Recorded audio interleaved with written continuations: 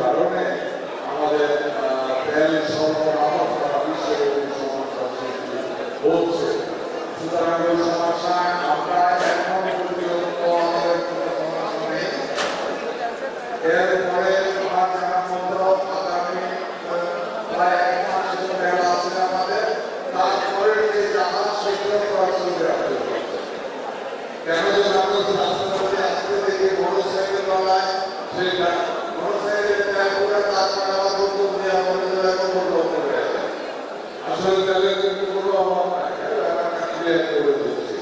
তারপরেও আমরা ইলেকট্রিসিটি ব্যবহারে আমরা খুব কেয়ারফুল থাকতে হবে। আমাদের মাননীয় প্রধানমন্ত্রী আমাদের ক্যাবিনেট মিটিং শেষ করার পরে উনি একটু উঠে গেল, উঠে গিয়ে উনি আমার বাথরুমের বাথরুমে আমার করে এসে বললো যে আমি ভুলে আসছিলাম, আমি আমার বাথরুমের বাথরুমটা অফ করে দিয়েছি। এখানে যারা মাননীয় মন্ত্রীরা আছেন, আমি আশা করবো অফিস রুমের বাতিটা অর্ধেক করেন, বাথরুমের বাতিটা দিয়ে রাখেন যদি তার মানে আমাদের সবাইকে একটু হিসাব করে চলতে হবে। এটা জাতির জন্য, এটা দেশের জন্য। আমাদের এখানে সাধারণত এই ঈদ মৌসুমে প্রচুর বিভিন্ন ধরনের সমুদ্রী বাতিগুলি বিবাহ বলে আমি জানি না। এই প্রচুর বাতি দিয়ে ডেকোরেশন করানো হয়। আল্লাহর রাস্তে আমি অনুরোধ করতে পারি, আপনারা এই কুমিল্লা শহরে যত ছোট ছোট বাতি আছে এইগুলি মার্কেটের মধ্যে আপনারা রাখবেন না, এটা মার্কেটের ভিতরে আপনারা জ্বালাবেন না। এটা আমি বিনীত অনুরোধ করছি।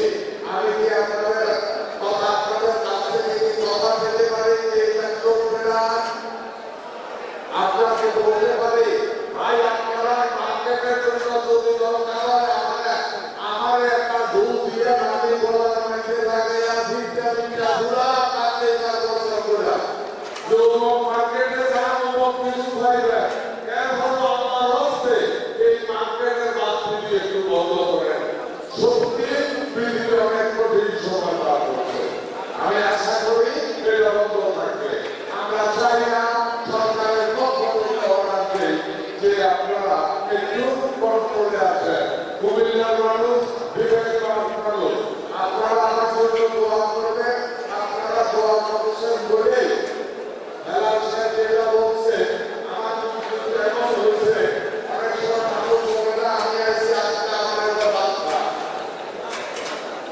সত্যি পরিস্থিতিটা এমন। আমাদের রাষ্ট্রপতি বললো আপনার ন্যাশনাল আইডি নাম্বার সম্বন্ধে আমি বললাম ঘটনা আমি তো এর আগে পরিচিত হই নাই, আমি তো জানতাম না ন্যাশনাল আইডি কার্ড দিতে হয়।